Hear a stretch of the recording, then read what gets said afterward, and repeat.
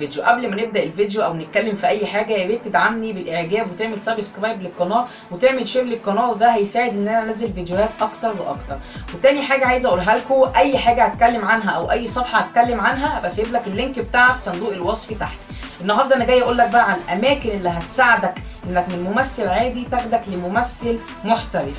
الحاجات دي مصداقيه جدا جدا جدا فوق ما تتصور، غير الورش اللي بيعملها اي حد مش معروفه مصدرها ايه، او هو مصدره ايه اصلا، او هو المنحه اللي واخدها او دراسته ايه.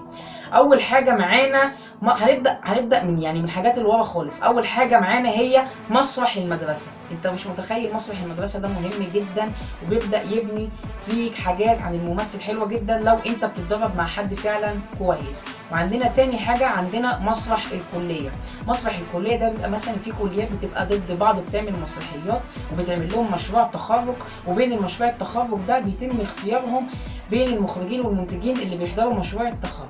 دي كانت تاني حاجه معانا. ومعانا تالت حاجه، معانا مركز الابداع الفني. مركز الابداع الفني ده موجود في دار الاوبرا تحت رعايه استاذ خالد جلال.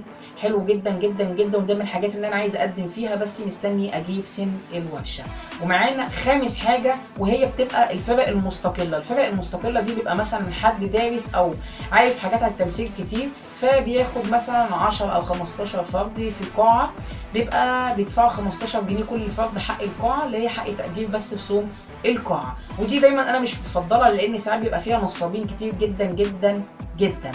وبعد كده معانا المعهد العالي للفنون المسرحيه، ومعانا المعهد العالي للسينما، ومعانا البيت الفني المسرحي طبعا، ومسرح الشباب، وحاجات كتير جدا جدا جدا جدا.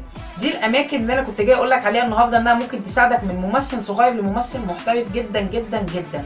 ونسيت كمان اقول لك على اصول الثقافه، ومن اهم حاجه اصول الثقافه طلع منها فنانين كتير جدا جدا، واعظم فنان طلع من اصول الثقافه وهو طبعا احمد زكي. احمد زكي كان من مكتشفين اصول الثقافه.